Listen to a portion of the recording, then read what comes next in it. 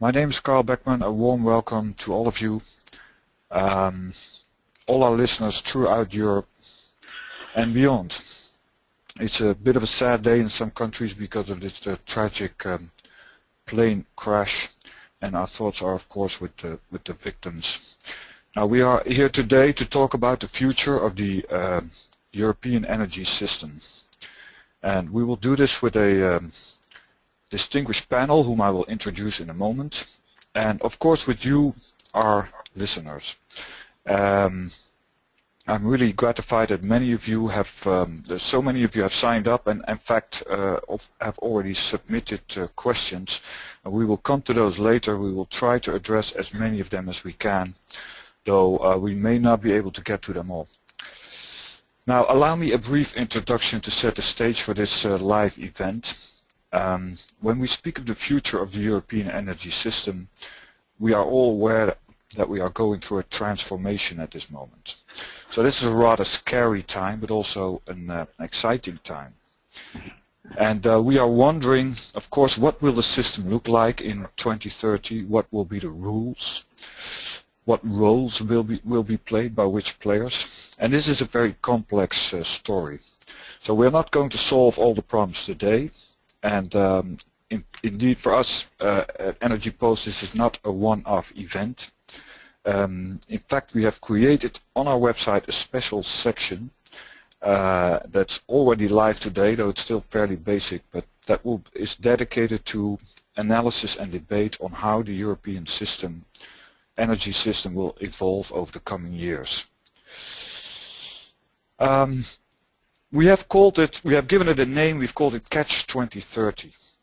And this is also what we've called today's webinar. And it's a bit of a play on words, a variation on Catch 22 to convey the difficult situation we are in.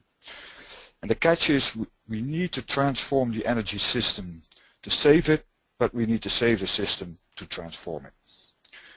But put differently, the key questions that we are addressing on the website and today on this live conference, and I hope I can get the first slide, Nick.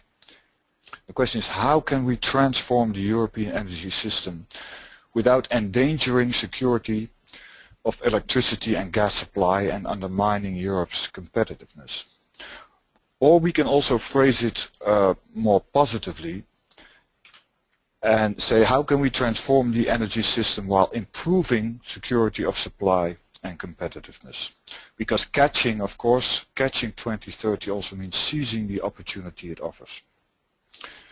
So what does transforming the system mean? Well, it means above all, of course, moving to a low carbon economy. We all know that. It's because of the climate, but also at least when it comes to gas and oil, because we import in Europe 400 gas and oil to the tune of 400 billion euros a year. Now this in itself, the low carbon economy, is difficult enough, but then in Europe we are facing two other transformations as well. And one is that we are integrating national markets in a liberalized European energy market. And the second one is really that we have in the gas market we are faced with a security of supply risk because of the crisis with Russia. So these add extra layers of complexity. Now, let's talk briefly before I go to the panel. How could we go about this energy transformation? And in theory, I believe most people agree that we need to do four things, broadly speaking. The first, if I could get that on the slide, yes, that's we know fossil fuels need to be replaced by renewables and perhaps high carbon coal by low carbon gas. The second point is that we need to improve energy efficiency, increase energy savings. The third point is that we need to connect markets. And the fourth point, that is in gas, we need to promote diversification and also integrate markets. Now, I think that's basically what most people would agree that we need to do.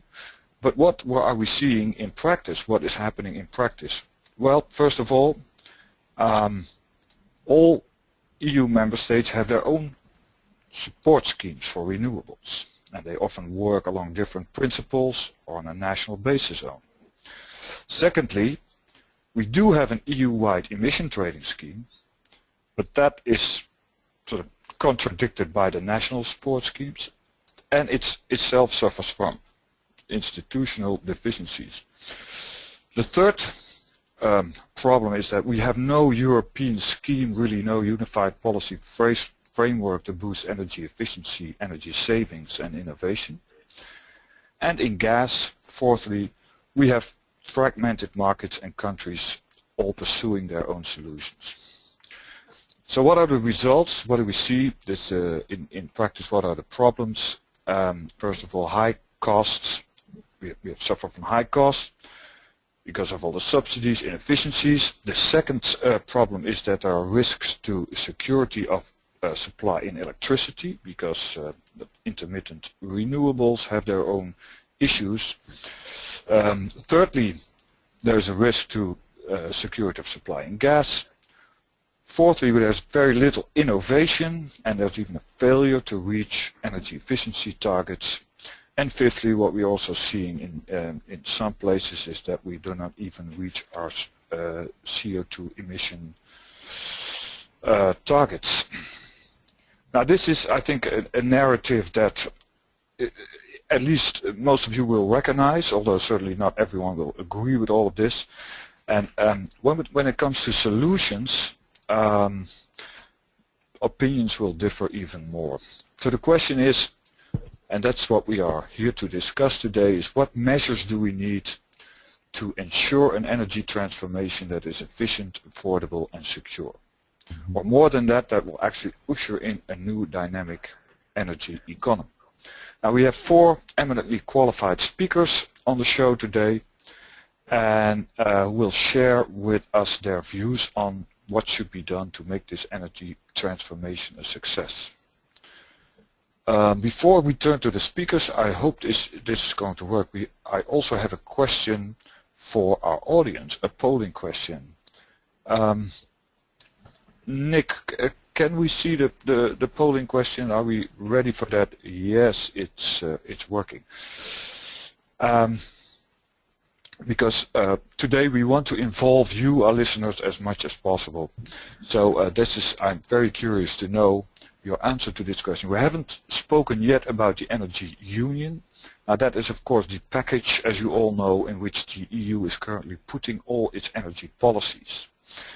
And I would like to know from you, our listeners, what do you think of the energy union? And you have 4 choices. So the question is, to achieve the energy transformation in Europe, the energy union is essential. That's the first answer you can give. Is helpful. Thirdly, it could be helpful, but not in the way it's being set up, it's being carried out at the moment. Or it is a hindrance, actually. So please select one of the 4 options, and I will give you another 10 seconds to make up your mind to choose whether you think the energy union is essential, is helpful, could be helpful but not in the way it's being carried out today, or is indeed a hindrance. So yes, I think I can close the poll now, and we can go to the results if our if technically this is all going to work out. It is. Okay. Okay, that's interesting. We see that most people who are listening in today are actually positive about the energy union. Very few are against it. So we have a real pro Europe crowd here, but there is still some criticism of the way it's being set up, and I think we will come to that in our discussion. So let's turn to our panel, and maybe they will have something to say also about the outcome of this this poll. I would like to introduce the panel. Now, there are 4 very different speakers with very different backgrounds. which is good because it means they have very different perspectives on the issue. We have Michel Matheu. He's head of EU strategy in the European Affairs division of EDF, the leading French utility. We have Pieter van Aartsen. He is manager European and government affairs at the Dutch gas TSO, Gasunie. And Pieter also chairs the strategy committee of the European Gas Infrastructure Organization, GIE. We have, I hope, Simon Hill, who is Vice President Europe and the Middle East at the US Energy Information Specialist Opower. And this is a company that actively works with utilities to improve their retail operations, so he has a valuable perspective on that. And we have Bert den Ouden, who is Managing Director of the Dutch consultancy Berenschot Energy and Sustainability, but I think many of you will also know him as the former CEO of the energy exchange APX Index. And Bert was in fact one of the leading figures behind the integration of Northwest European electricity markets. So I will ask each of them in turn to present their viewpoint on Catch 2030, and then we will have a little discussion about this, and we will come to your questions because our panelists are also here to answer your questions, of course. So let me hand over first of all to Michel Matheu of EDF. Yes, thank you, Karel. Let me correct you on a small point. EDF is a leading low-carbon European utility, which is operating in 50 member states of the European Union. Okay. Well, thanks for that. Thanks for that correction. You see, you have to keep. You always have to communicate who you are because people tend to misperceive things. So let me begin now with the serious introduction. When you sent us a few mails last week, you asked what the essence of the problem was. If you can show the first slide. In our view, the essence of the problem is competitiveness. Europe's situation now is relatively clear. We are in competition with North America today. We will be more and more with major emerging countries. North America is in a comfortable situation. They are going to be able to produce fossil fuels at a low cost, and they will not depend on hydrocarbon exporting countries. Mm-hmm. Emerging countries are going to be moderately dependent. We will be fully dependent, and we will be dependent on a limited number of countries with a high geopolitical risk. They are going to concentrate the resources, and they will abuse their market power and increase prices. So in such a context, I believe there is only one winning strategy, and that is to decarbonize the European economy at an affordable cost. And what we need to that purpose, because markets are about efficiency, what we need to that purpose is well-functioning energy and carbon markets. They should deliver meaningful prices, and these prices, in our view, in the long run, should drive investment, be it in conventional generation, in renewable generation, or in energy efficiency. So what should we do now? Please, next slide. These markets, energy and carbon markets, are currently jeopardized. Why is that? Basically because two major events happened in the last 10 years. Mm-hmm. Number one, the economic crisis. It reduced demand and it reduced emissions. Number two, Europe decided to set a very ambitious binding target for renewable sources, combined with a principle of priority dispatch. This target was not changed in spite of the evidence of the crisis and of oversupply of electricity. And as a consequence, as everybody knows and reminded of that, both energy and carbon prices were extremely depressed. To put the diagnosis in a nutshell, subsidized energy displaced and displaces energy from non-subsidized plants, very often extremely performing non-subsidized plants. This is clearly absurd, and we have to change the situation. Unfortunately, markets are really jeopardized, so it's going to go we are going to need some time to restore them fully. Prices are extremely depressed, and this is why we have to organize a transition which is going to last for some time, possibly a decade or so, in order to make this move from the current situation to a market-driven one. And this means we are going to have to do four main things. We should rapidly break this vicious circle of oversupply, and to that purpose we should control both volumes of subsidized energy and the total amount of subsidies to this energy.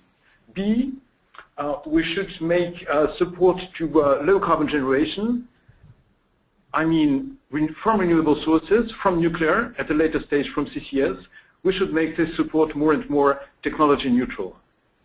C, we should submit renewable sources to the same obligations as conventional sources. And D, we should gradually phase out subsidies.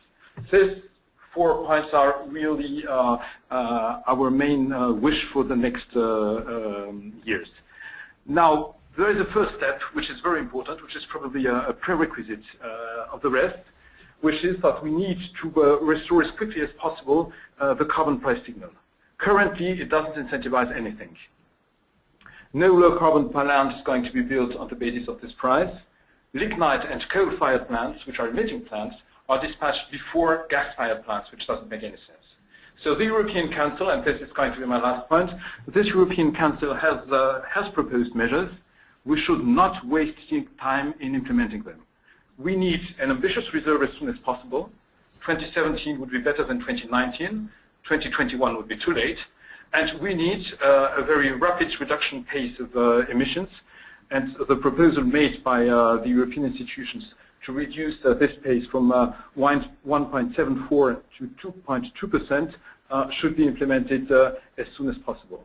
If we do these different things, I'm convinced we can reconcile the famous trilemma, sustainable development, security of supply, and competitiveness, and it's urgent to do so. Thank you for your attention. Okay, thank you, Michel. I think that that was very clear. Let me hand over now. I couldn't check slide 3 because our screen is black, unfortunately. Sorry. Okay. Yeah, let me hand over now to Pieter van Aartsen. We will come back to some of the points that that Michel raised, no doubt later, because ETS, of course, is a very sensitive subject at the moment, and it's a very crucial issue to solve. Okay, now to Pieter van Aartsen.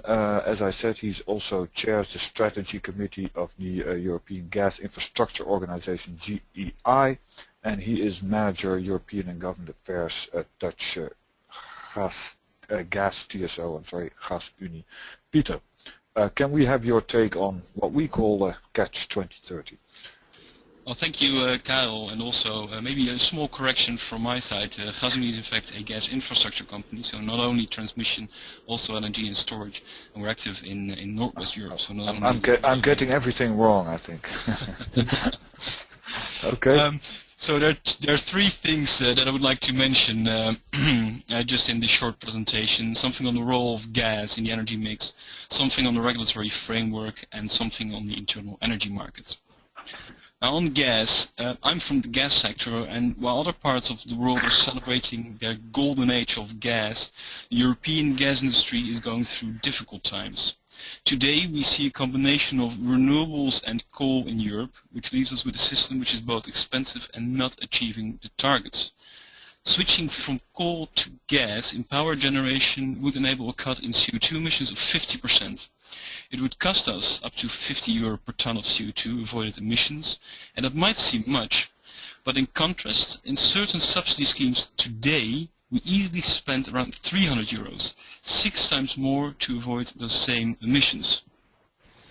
So we should not look at the price of coal versus gas in isolation and then conclude that coal is cheaper than gas, because it's in the total picture not true. Nor should we look at renewables in isolation or nuclear. We should look at the system as a whole and strike the right balance for achieving our targets and realizing the energy transition. For the gas sector, that also means that we should acknowledge that gas sometimes, towards that energy transition, is not the best option. We ourselves have to move away from gas by default as a remedy for gas for everything to gas by design, meaning use it where it makes most sense.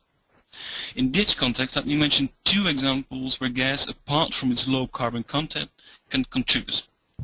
First of all, gas by itself can become greener. We have already started to add biogas sourced from organic products and waste to the mix, and this can substantially increase towards 2050. Secondly, gas can make a tremendous contribution in cleaning up the environmental impact of the transport sector. Electricity is fine for a Tesla, but liquefied natural gas, LNG, can move ships, trains, and heavy trucks. Moving on to my second point, maybe you can change the slide. European policy is pulling the energy sector apart. Whereas the third energy package puts the market at the center, the energy and climate goals for 2020 have led to subsidies and an energy system where nobody invests and hardly anybody feels ultimately responsible for security of supply, both in electricity and in gas. We are moving from an old world where the system could be planned centrally to a situation with a much more dynamic system with increased interaction on all levels. What it ultimately comes down to is how do we get energy from where it's produced in whatever shape or form to where it is needed, with minimum impact on the environment and at minimum costs. Pipelines and cables, converters and storages, transmission and distribution, it's all infrastructure. It's all part of the same energy system. So my question actually is, are we really convinced that the current rules and regulations developed at the time when we still worked within the old paradigm is also fit for purpose in the new world where we're moving to? And should we not more fundamentally look at the roles and responsibilities in, for example, the third energy package? And that also brings me to my third point, something on the internal energy market. Maybe you could change the slide. I don't believe that a single European energy market is going to exist anytime soon. Sure, we should strive to get there, but at the current pace and looking at the completely different challenges we face in different parts of Europe, I am quite skeptical. I see two options to move forward. First of all, we need a true European regulator. The current agency for the cooperation between regulators does not suffice. We don't need cooperation between national regulators. We need a single European regulator to address cross-border issues. Secondly, we need to acknowledge that when it comes to the energy market, there's fragmentation. The challenges and remedies for the energy sector vary significantly throughout Europe. Therefore, I believe that regionalization could be the answer here. Allow member states to work more closely together and leave some freedom to go beyond what has been agreed at the European level, apart of course from a robust framework, and in doing so we can in a more targeted way address issues of relevance of the specific regions. In Northwestern Europe, I expect that to be the integration of ever-increasing levels of renewables in the system, and in Central and Eastern Europe it might be security of supply. Because surely trying to design a system at the European level that addresses all these issues will not be possible given the complexity of the challenges that we will face. And I would like to leave it there.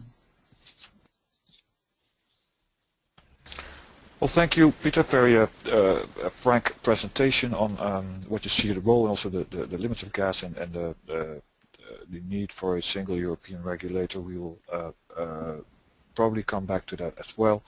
I would like to hand over now to our third speaker, who is Simon Hill, and he brings again a very different perspective on the issue. Simon is, but maybe Simon can introduce himself as well and explain what he does. And he works for Opower, as Vice President Europe Middle East, and Opower is a company that actively works with utilities to improve their retail operation. operations, and interestingly, Opower tries to help companies increase energy savings for their customers. Okay, Simon, are you there? I am there, and you can presumably hear me. Yeah, I can hear you. Please, Good stuff. could we have your take on what you think, where do you think the European energy system should go? So, Karel, thank you very much indeed for both the introduction, the welcome, and your thoughts. You're absolutely right in terms of what Opower does. We work with the utility companies all over the world to not only help them with their customer engagement, customer care, the likes of reduced cost to serve, reduction in churn, customer acquisition and net promoters, but also we work with the utilities to help them meet their energy efficiency obligations.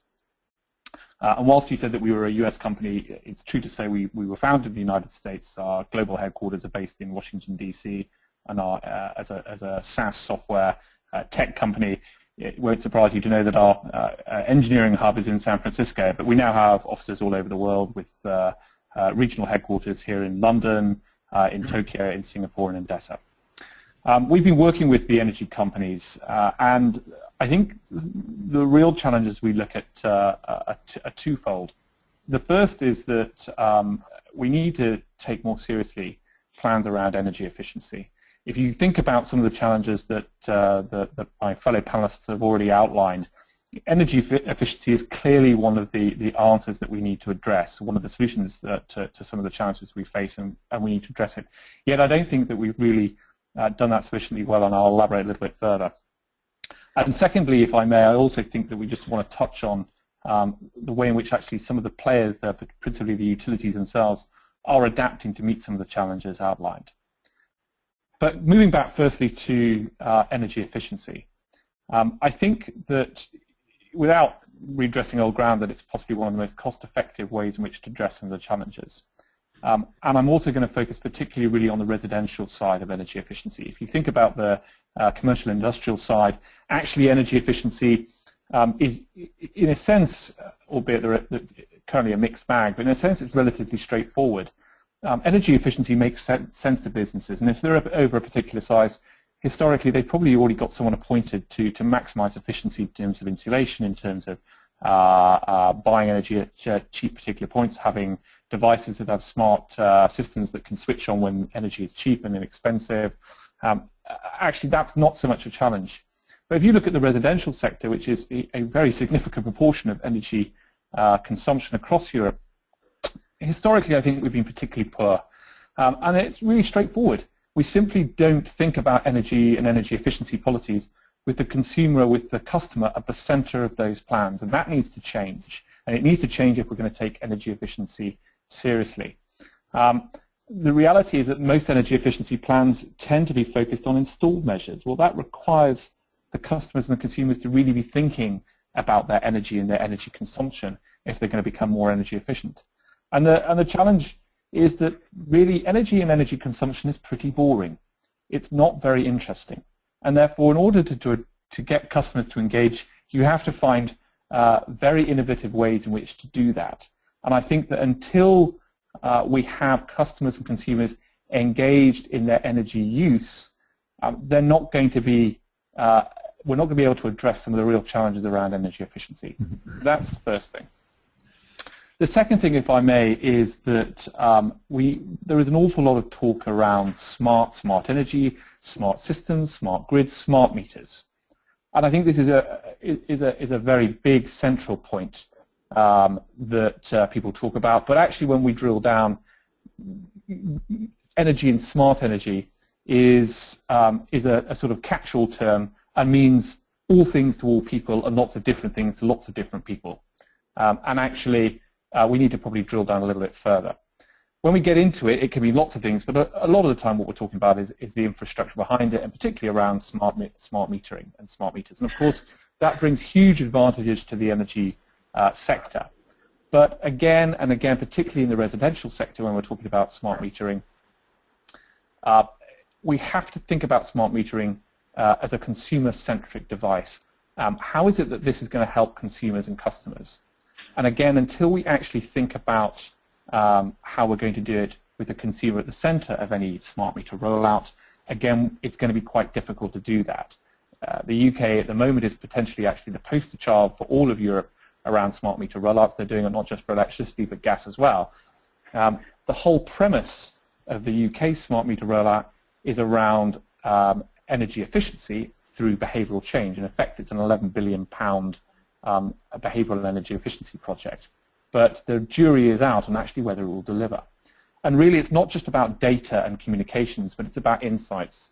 And until we, again, put the customer and the consumers at the center of these big changes, it's going to be fraught with difficulty to really get the value out of what we're doing. And then thirdly, if I just want to touch on a very small but last point, which I think is particularly pertinent, is that, again, to meet some of the challenges, the utilities themselves are really going to have to change. And they're going to have to change in the way in which they do business. They're going to have to change from being the kind of organizations they are at the moment to organizations that understand that it's customers and the consumers, but really their customers, that are their most important asset. And that they have to have that in mind when they think about their business. And that really is a fundamental point that many utilities are starting to move down that route. But it's happening relatively slowly. And if they don't, the likes of Apple, Google, and others will start entering the market and taking the business.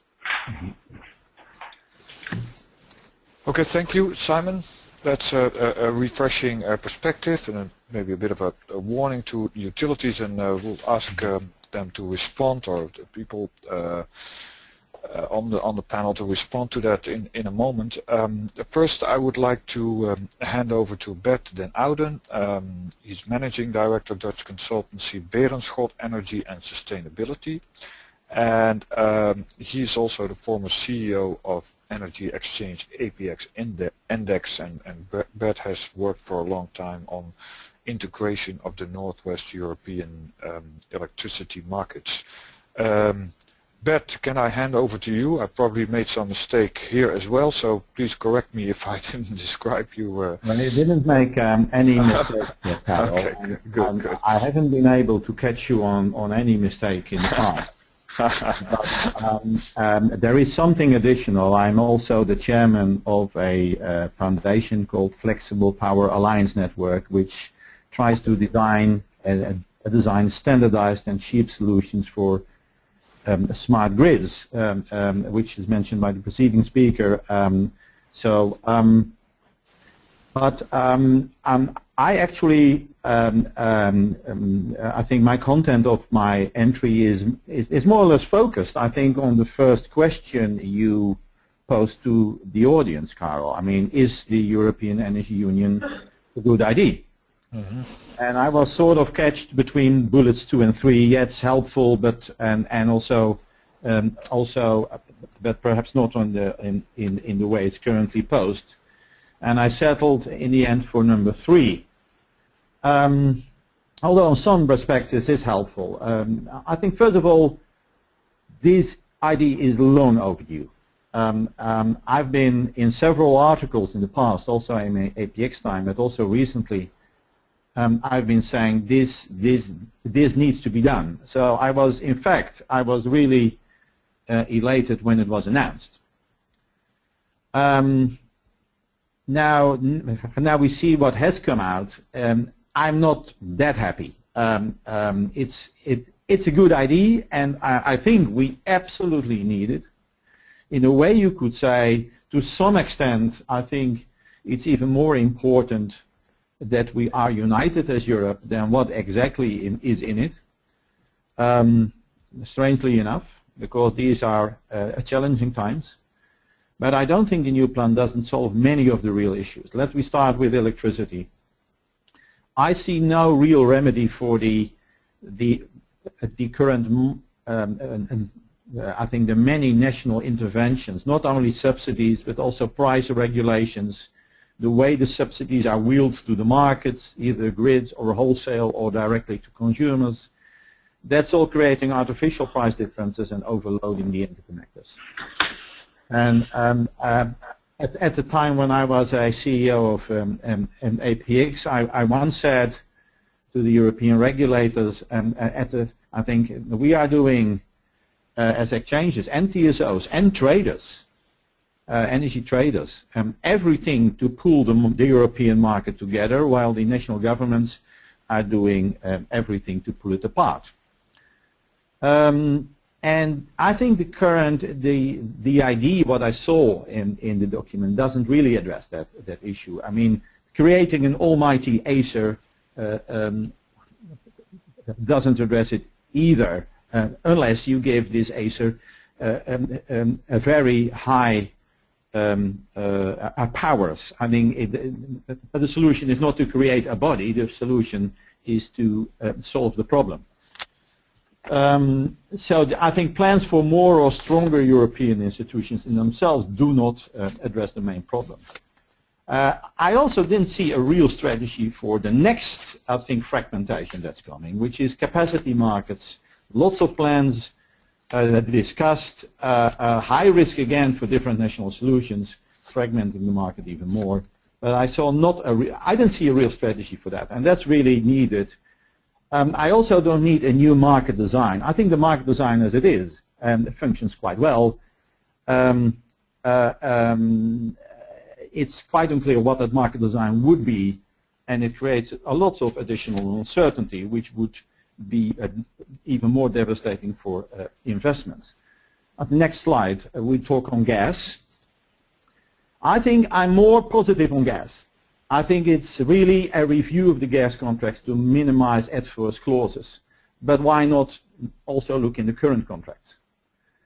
I think destination clauses and the obligation to use certain pipelines really breaks down the gas market.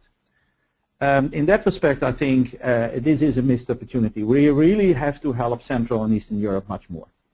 And I think this is a new world with new threats, and they really reach out for us, even in the military sense. But I think it's better in a way to reassure them in an energetic way, to say, and really help them out. I think there should be a strictly maintained ban on destination clauses and also a rigorous implementation of reverse flow across current infrastructures. So this goes some way in the direction we want, but not all the way. And and this doesn't need to be a regional solution. We really have to have solidarity with Central and Eastern Europe here for many reasons. Environment, and finally, here again a very important thing for Eastern Europe. I mean, the heating demand is the thing also creating the security of supply problem as far as gas is concerned. So I think this is a new one. I think for the first time now it is recognized that the heating demand is one of the main problems. However, there's no instrumentations in that, but we can still be hopeful. I think this is a good thing, and we could contribute a lot. In fact, I have been working on heating savings and energy conservation for a long time. I think here really, if we address this in the right way and provide the right instruments, then that can be helpful. That would be helped, of course, by a good solution for the ETS crisis. I don't see that. I think it keeps milling on the current, patching up the current problems. I don't think that is, it may work to some extent, but why not also look at real alternatives? I think we have lost our lead in the world here. Let's face it. It's not only a problem inside Europe. This is a global problem, and we have lost our lead in the carbon discussion. I think the United States and China are fleshing it out at the moment. So if we are to regain our initiatives in the world and also have a good system for Europe, then I think a CO2 efficiency system would be a better way. And by the way, if we would have had that, we wouldn't have been in the current situation, and we would have had a much more stable CO2 price. So my summary is, I think EU does, in this plan, I think it does both too much and too little. we need to address the real issues if we want to catch 2030 in a very energy healthy way. And I agree with EDF in that respect, also to work out a solution that's not only that's reaching the targets at the lowest possible cost. Thank you. Okay, thank you, Bert. I would like to go now to the questions from the audience, and I would like to remind our listeners they can use the chat box to ask questions right now, and we'll try to answer them.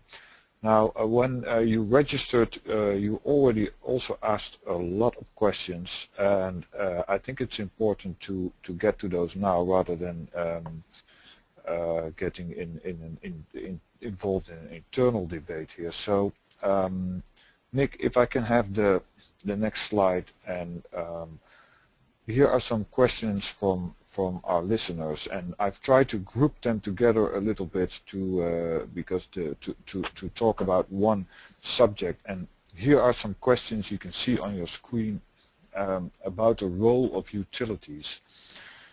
Now, Simon, of course, had something to say about this in his presentation. He said utilities really have to change, and I would like to ask Michel Matheu of EDF. What do you think of that? Do you think, Michel, that that energy companies, you know, they are asking and complaining about all sorts of measures, but are they doing enough themselves to make this transformation possible?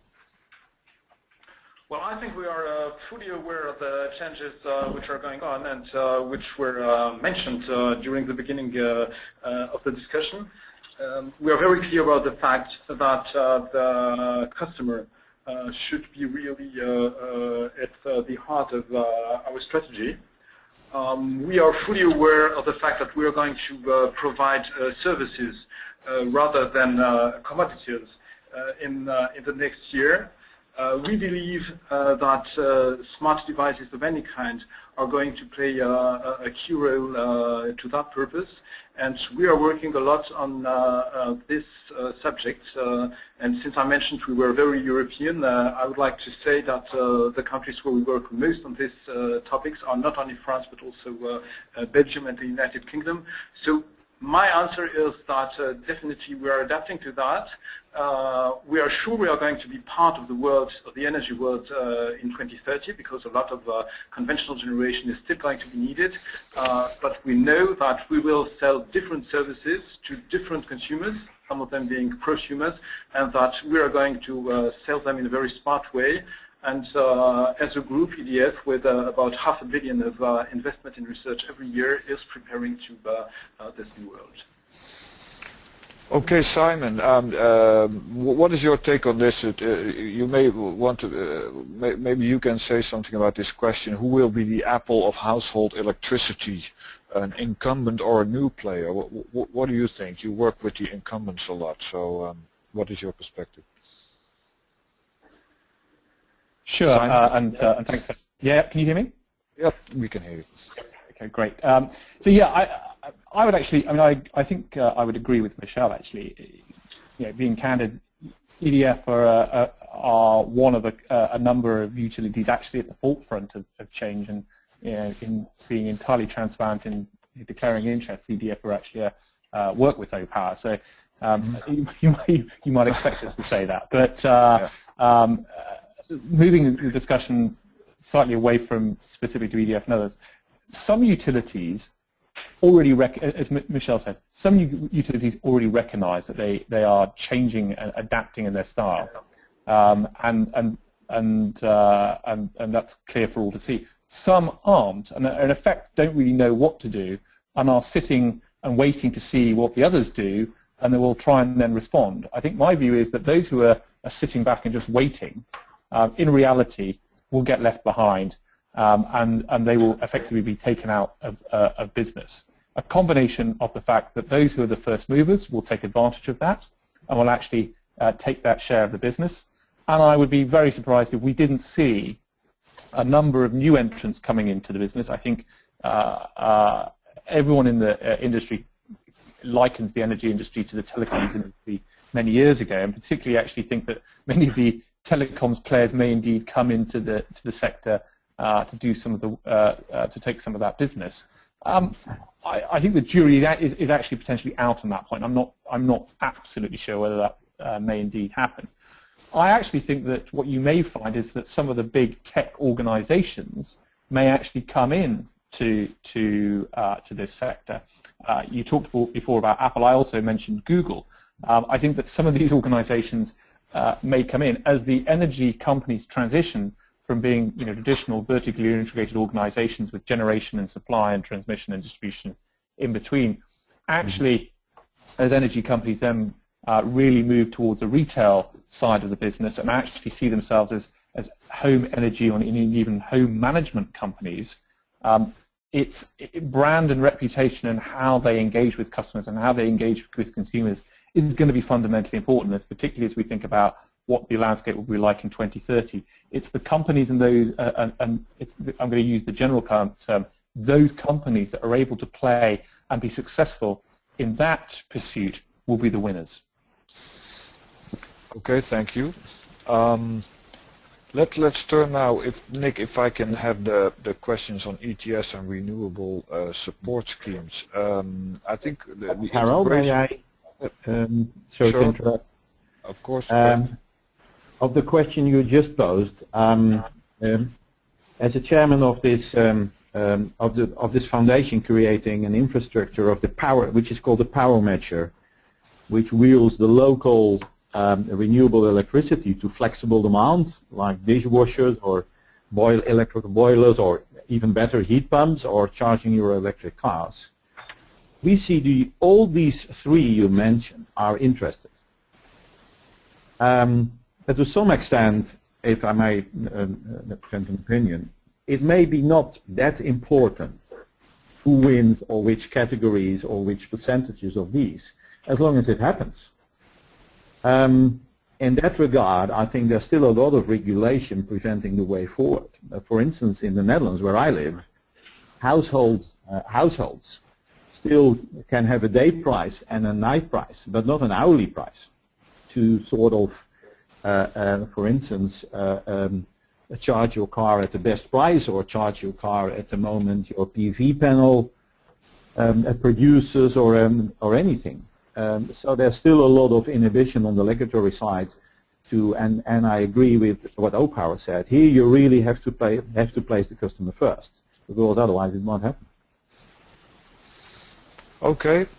Thanks for that. Well, maybe, Nick, can I see the next slide, the next set of questions? And this is about the integration of renewables.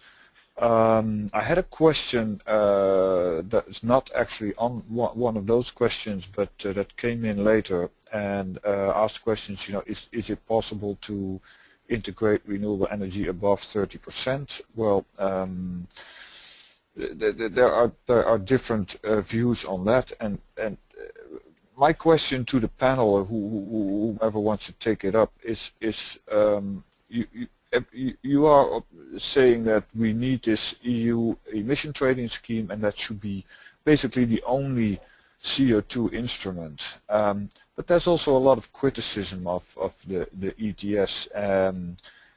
It's also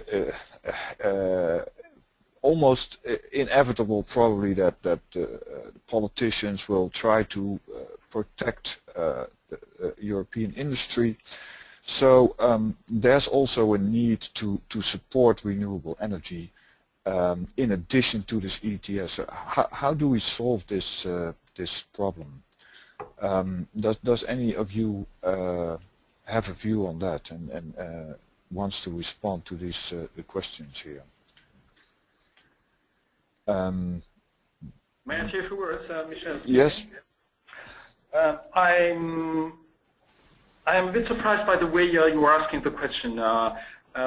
If the ETS system is a problem to electro or carbon intensive industries, then renewables are even more of a problem because they are a more costly way of achieving decarbonization. So in my view, the question is not does the ETS deliver the right economic signal? It does.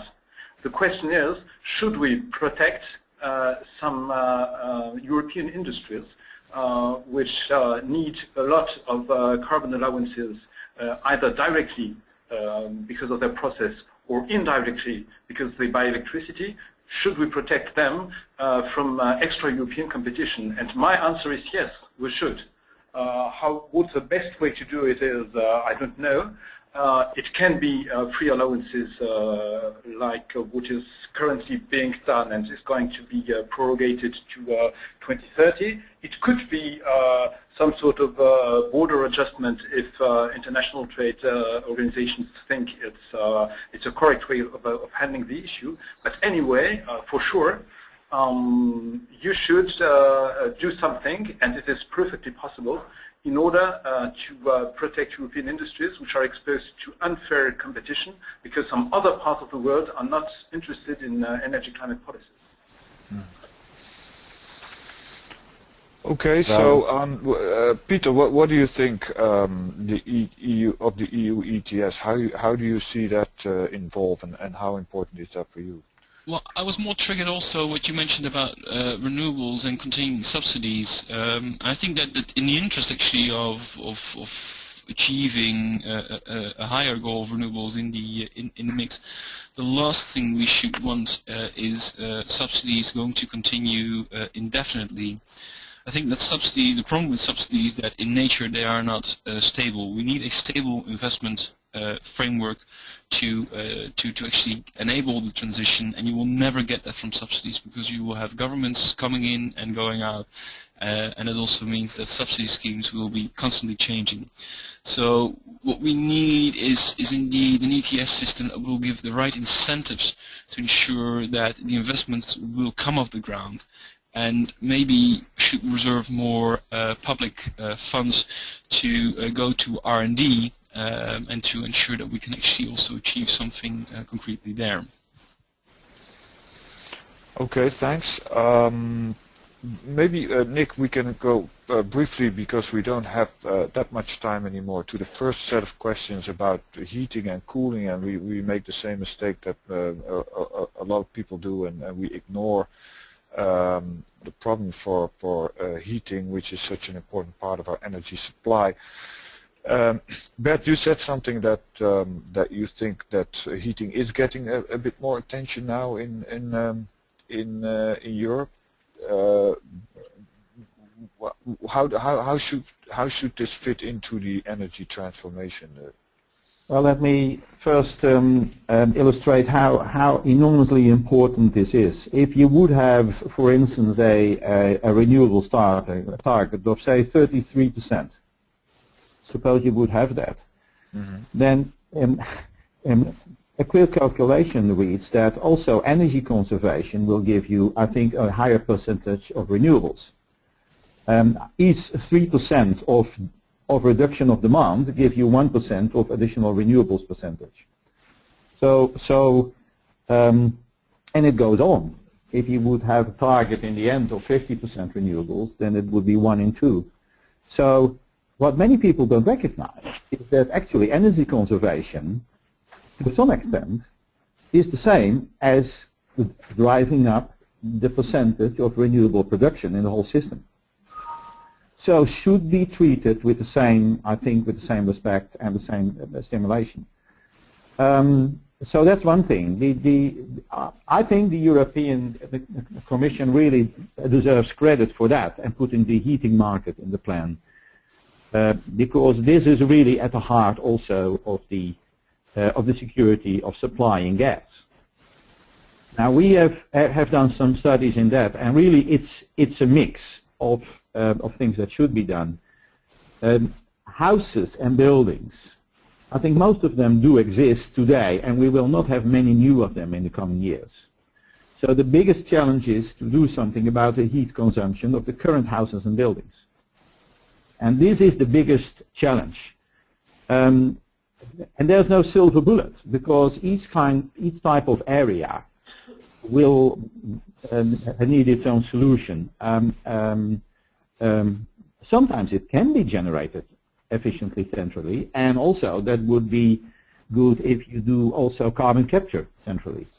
But other solutions are electrification or green gas. And I think we have to look at the right mix. At this moment we're looking at that for our, I think, the 2050 program in the Netherlands. What is the right mix to go in, I think, efficiently in the end, the carbon-free heating of heating demand in the end. And but I'm very hopeful that we will embark on a new path with that, because I think at the moment we've concentrated too much on electricity, and I think this is one of the positive outcomes of the document from the European Commission. Okay, thank you, Bert. I think we are already almost at the end of our session. Nick, could I ask you to put the because we still have another polling question for you, our listeners. I think what this discussion has shown is that it's as I was saying at the beginning, it is a complex. It is a complex issue. We cannot supply all the answers very easily, but I still hope that you have found it helpful. And I would like to ask you a last question, and I hope this session has not affected your feelings about the future of the European energy system, but this is what my question is about. How do you feel, the listeners, about the future of the European energy system? And I'm really curious to find out how you feel about that. And there are three options. I hope you can choose one. Are you optimistic? Are you pessimistic? Or thirdly, are you just uncertain? I will give you another 10 seconds to answer that question. So, how do you feel about the future of the European energy system? Are you optimistic? Are you pessimistic? Or are you uncertain? So, may I have the votes now? And let's see what the result is. Okay, well, that's at least not too many people are pessimistic, but but they are still very uncertain. Maybe a last word from the panelists. Let me do a quick round. Simon, to you, are you optimistic or pessimistic, or what is your view? I think I would probably fall into the uncertain. Can you hear me? Yes, we can hear you. Yeah, sorry. I probably fall into the uncertain category. I think there's many opportunities about the future European energy system, but I think there are still some things that we need to do.